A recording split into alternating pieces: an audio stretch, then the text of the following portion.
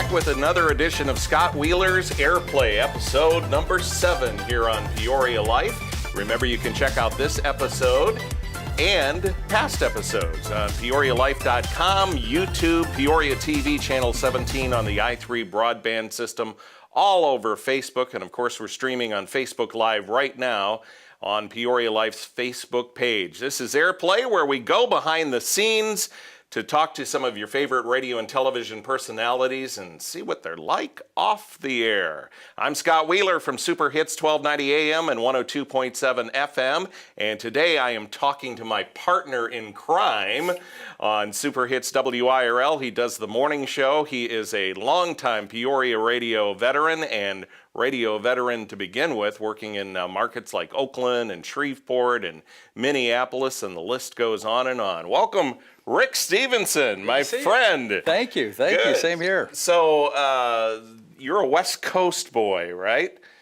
Yeah, I was born and raised in the Bay Area, born in Oakland. I lived most of my life in Fremont, California, which is now the headquarters of Tesla and some of those. Right.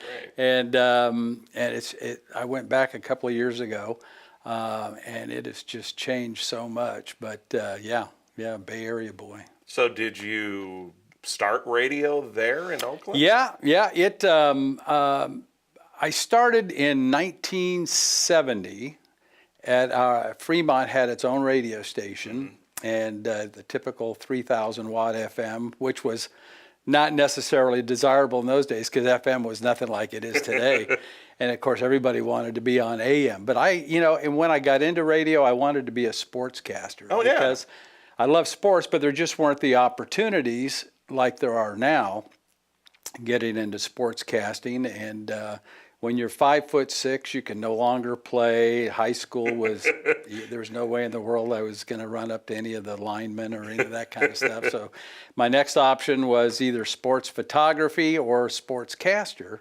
And so I thought I'd like to do sportscasting. And so a guy moved into the market from Wisconsin, and he was going to do high school sports and all that, and he knew that I was interested. He had contacted the local community college, and of which I was the sports information director, and they told him about me, so he helped me out, and I worked for 6 months for free, just learning the ropes and running jobs and that sort of thing. So, if you had to call a game today, do you think you could? Yes, but no, because I couldn't take the whiplash. I mean, sports fans are some of the most critical in this day and age of social media. I would get, I could call the game, but whether or not people would like it or not, it's another thing. I did some, public address announcing. When I was in Shreveport, I did the public address for the local Giants affiliate down there. And I remember years ago talking to the Riverman about filling in for B.J. Stone when he was PA guy, yeah, and they talked to me, and I said, I couldn't do hockey, and I've always heard that that's the worst sport to do because everything's on the fly. Yeah. And I love hockey, I just didn't know it well enough, and the players, and of course that's where you get the 65-letter names and everything else. So yeah, I some sports, yes. Other sports, no.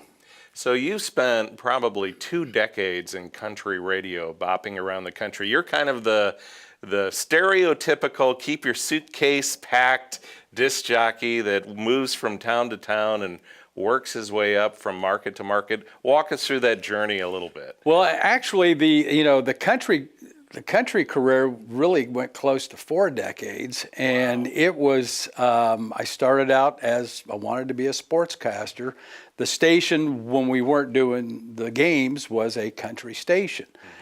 And you hang around there enough, and you finally get offered the all-night shift, which was basically watching the automation system run, HAL, which was the entire size of the studio in those days. Now your iPhone can run a radio station, but it was, I did the all-night shift, and then they finally said, would you like to do, my phone's going off, I mean my watch. Speaking of running a radio station. So it's one of those things where, they gave me my first live show, which was probably the scariest moment of my life. I remember not being able to set the needle on the record. My hand was just shaking so much. But so you got a job there, and I was there for 2 years, and you get to the point where, you get to know people there. They move on to other operations. They give you a call. Hey, we got a part-time opening here. You want to come work here? And so that introduces you to your next station. And I went from there to KSAY in San Francisco, which was a radio station. The offices were in San Francisco. The studios were in a Quonset hut next to the Bay Bridge Toll Plaza. And that sounds like a real moniker. Broadcasting live from the Quonset next to the toll. And it literally was that way. I mean, you arrived at work, you went around the back of the building. Sometimes there was a rat the size of a jackrabbit sitting on the back porch.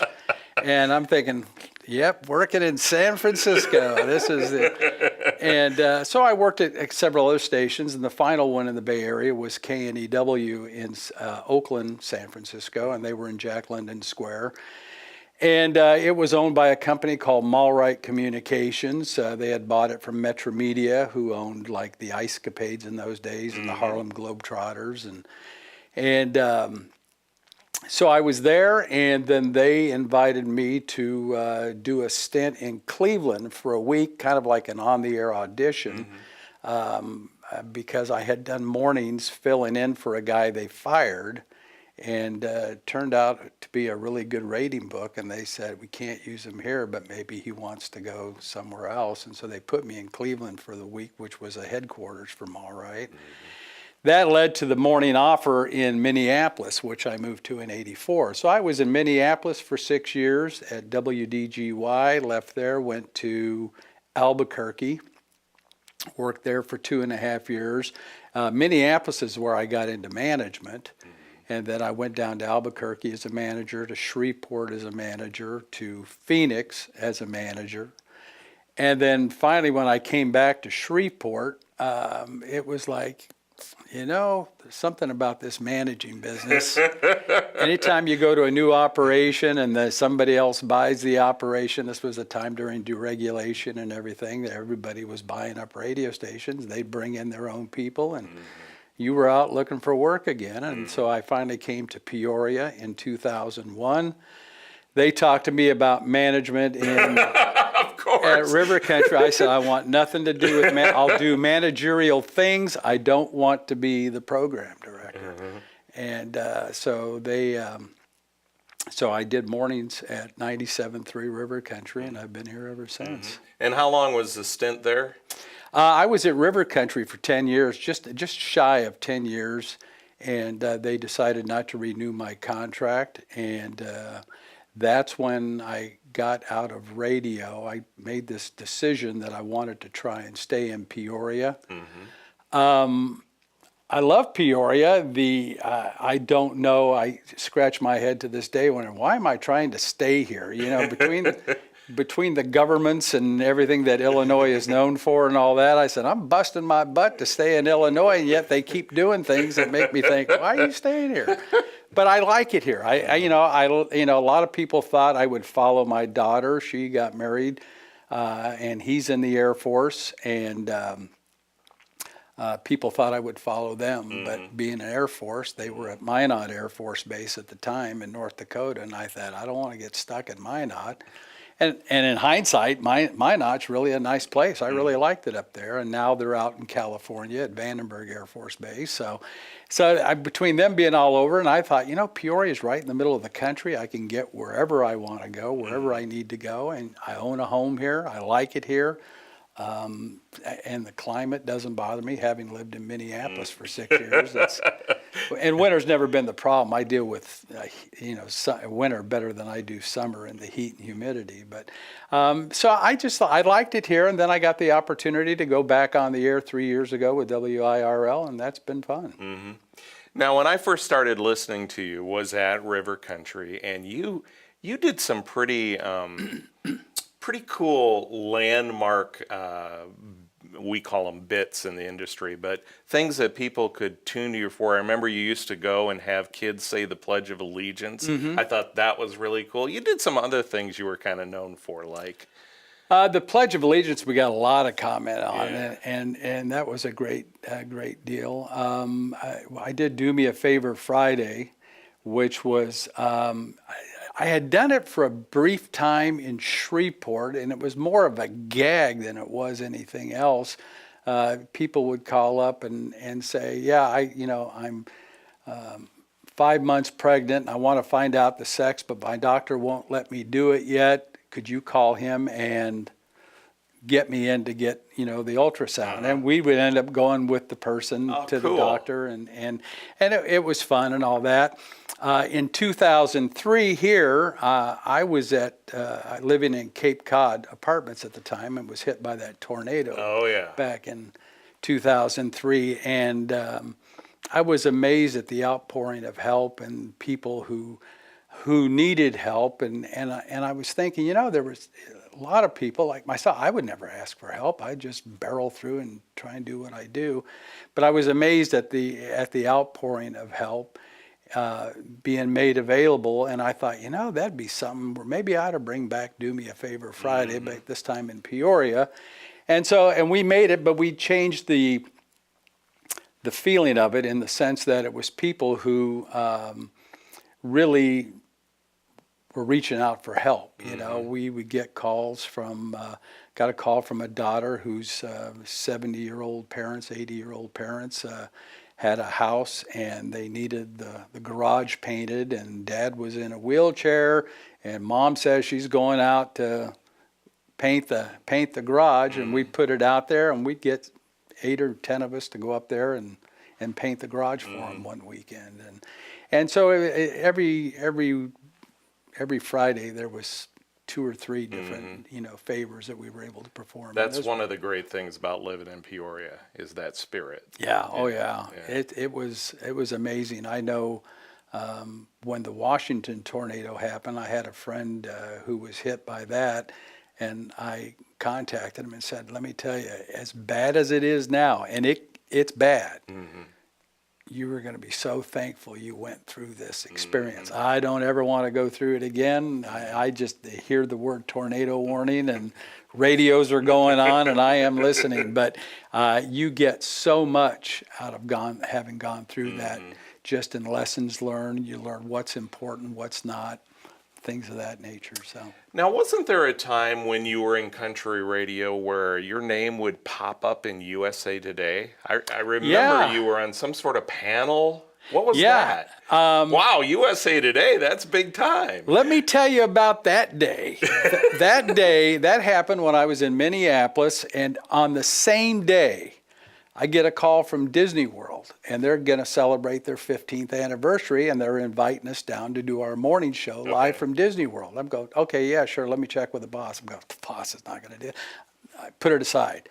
USA Today contacts me and says, "We are looking for country programmers to pick an album that you want to highlight as the album of the month. And we're going to have a panel. We're going to have your picture and your name and why you selected, 60 words or less. It wasn't even that much. Why you picked the album." And I thought, wow, this is kind of nice. And I said, yeah, sure. And so they said, well, hey, send us a picture, this, and that, and we'll start setting it up for you to be in USA Today. And then Disney World calls back, say, "Hey, are you going to come or not?" I said, "Well, my boss is never going to pay for that." He said, "No, we're paying for everything. You got family? Bring your family. We're paying for everything. You come down, do the show." And I'm thinking, I'm going to Disney World to do a show. I'm going to be in USA Today. I said, I don't care how good tomorrow is. It's going to suck because today was off the charts. Yeah. So yeah, I did that for 13 months. Once a month, we were in USA Today, picked an album. Do you remember picking an album that ended up skyrocketing to the top of the charts? Or were you 0 for 13? No, they all did pretty good. There were 2 that I remember the most. One was the Nitty Gritty Dirt Band's album. I believe it was called Hold On. And I remember picking the album. It was just a great album. It's just super. And Jeff Hanna, the lead singer from the Nitty Gritty Dirt Band, came by the station, and they were performing that day. And so he came in, and he mentioned the USA Today article and said, "Hey, thanks for putting us in there." I said, "Well, you're welcome." He says, "Anything you like off that album?" I said, "You got a hit. You got a song on that album, could be a huge hit. It's called Dancing to the Beat of a Broken Heart." And he said, "Oh," he says, "well, I think they're going to release Fishing in the Dark," which was their biggest hit ever. And I said, "Big mistake." And needless to say, Jeff never called me up and asked me what I thought they should release. And some of them, Steve Wariner had It's a Crazy World. Sure. And that forged a whole new friendship with Steve Wariner, that he invited me down to watch an album being made and put me on the back of the cover. See, there's so many stories, but you know, it led to a lot of great things. It was only 13 months long, and when you see it, you open up the page and you look at it and say, "Oh, I'm in the newspaper." Well, you've been in the newspaper for one thing or another, but when I got off a plane in Nashville and walked off the plane, and there's a USA Today rack, you're going, "Dang." So yeah, that was a cool opportunity.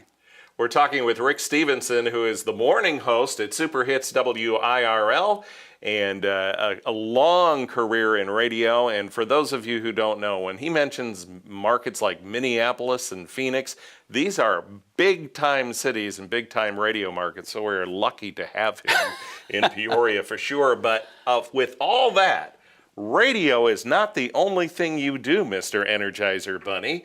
Tell me about, let's go to the train love that you have. You not only do the model trains and so forth, but you drive the train at Wildlife Prairie Park, the Zephyr, right? I've been at Wildlife Prairie Park for 10 years now, excuse me, driving the train on the weekends with Mark McGregor, who works over at Channel 31.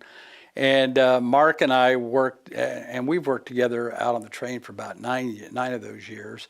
And it's a blast. We have a great time. I tried to get out there for a few years and never could get somebody to call me. And we did a radio promotion out there, and that was my in. I was out there as a guest engineer, and so I told them I'd like to do this on a regular basis, and so I do, and it was fun, and I was nervous the first time I drove it, thinking I don't want to drive it off the rails or anything else like that. And so you're nervous, and you're going, and after about 4 or 5 trips around the loops, you start realizing I'm seeing the same thing every time. But I still get excited about seeing, the deer that are wild and walking around and things of that nature. But there are a lot of things that are repetitious about it, but every time you come into the depot and you're seeing the kids all excited about seeing you coming in and all that. So where did this love for trains come from? Because like I said, you're a collector, and what's the term for what you do with your basement is like a giant train depot. Yeah, and that's another one of Mark's faults. I started back in the 70s. I remember after getting my first job in radio, I was walking through the shopping mall one day and I saw King Norman Toys, which was one of the big toy stores out there, and I thought, when was the last time you were in a toy store? And I thought, I'm going to go into the toy store. And I ended up buying a model train, of all things, and I had not really thought about it, except that I used to like model trains when I was little. And so I toyed with it, but then life happened and you're busy with your, career and things of that nature. And I was living in a lot of apartments in those days and had no place to set it up. So it just pretty much stayed boxed. And then when I moved up here, the train was out there, and it wasn't even so much train as I've always wanted to work in an amusement park type setting. Okay. There was times where I wanted to work at Disneyland, but every time I did, I'd want to drive the monorail or the train or whatever. And so driving the train, and it brought up my thought process of the model railroads again, and I still had a lot of stuff that I had back in the 70s. And Mark came over, saw my basement, says, "You need to build a train down here." And I said, "Nope, because I know it'll take over the entire basement." And he said, "No, just a 4-foot by 8-foot layout." So I did, and how big is it now? it's 14 by 32 feet long. So it's the entire half side of the basement is the model train. So. Now, the other thing you do, which I just think is so cool, is the work you do with the Community Workshop and Training Center, which is your other job. Briefly tell us about that. Well, that's my main job. That's a full-time job doing public relations and communications and things of that nature. We work with adults with disabilities and trying to help them achieve as much independence as they're capable of. And it's just a great organization. It's really changed my mind. You know, all these years in radio that I turned around and I looked at, you know, I do some things with nonprofits. And I always just, you know, bundled up nonprofits together. But when I went to work for the workshop, it was like, wow, nonprofits really are, not only are they not all lumped into one category, they're all different. Every one of them is different. One of the things unique about our workshop is that, you know, CWTC is 100% local. We don't have a parent organization. We don't have that big marketing, you know, machine that helps you try and raise extra money. A lot of our funding comes from the state. We do contract packaging for Caterpillar. That's one of the job opportunities for our consumers. And then, of course, we have residential facilities as well. And when we do a fundraiser and things like that, all that money is 100% here and going to our programs and services for adults with disabilities. Well, that's righteous work. Good for you. Thank you. It's fun. I mean, it is. It was funny because the first day, I've never worked in a radio station. You have a staff of anywhere from 15 to 35 people, depending on the size of the station and that sort of thing. And when I walked into an organization where we had like 150 other employees and 250 other consumers, and you know, the first time I'm walking down the hallway, it's like, "Hi, how are you? Yeah, good to see you." You know, I couldn't remember a name to save my life, and pretty soon everything's on a first name basis, and the clients are always coming up and saying hi and high-fiving you and talking about things. Cool. So, and they listen to the radio station out on the production floor. Way to and promote. I don't even think they know it's me on there sometimes. Well, as you can hear, a well-rounded guy. A little less well-rounded than you used to be. He's lost a ton of weight. Good for you. Yeah, I've lost 64 pounds, so it's I got about another 10 to go. But it was either that or apply for statehood. So I decided take a few inches off and leave it at that. So. Rick Stephenson, the morning host at SuperHits WIRL at 102.7 FM and 1290 AM. You can hear him every morning, Monday through Friday, 6 a.m. until noon.